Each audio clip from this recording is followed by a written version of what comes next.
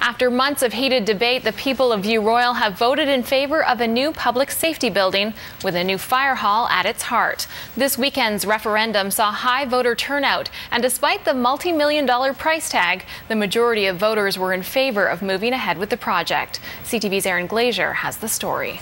You can see just by the cramped nature of the building, we've outgrown this space. That was View Royal Fire Hall Chief Paul Hurst 3 weeks ago, trying to convince people that his fire hall has a multitude of problems and needs to be replaced.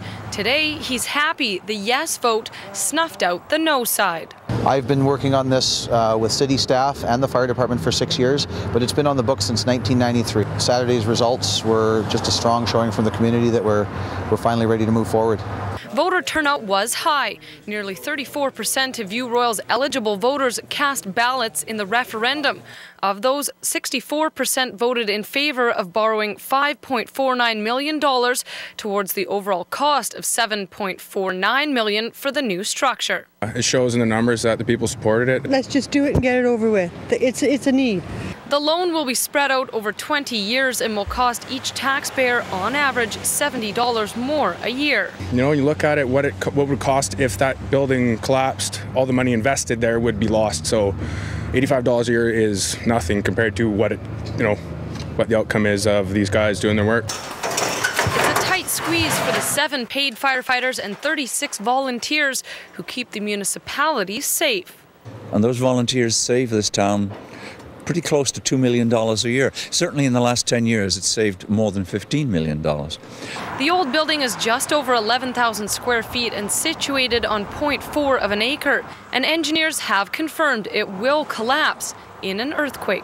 The new site offers significantly more space, 2.39 acres. The new building will be close to 17,000 square feet, but when it comes to a groundbreaking date, there's still some work to be done. You know, we'll be meeting with the architects and the engineers over the next little bit. So, you know, you're looking at probably close to 2 years before we move into a new building. Staff will be creating a request for proposals to ask the construction industry to see what their lowest bids will be. To build on budget and on time.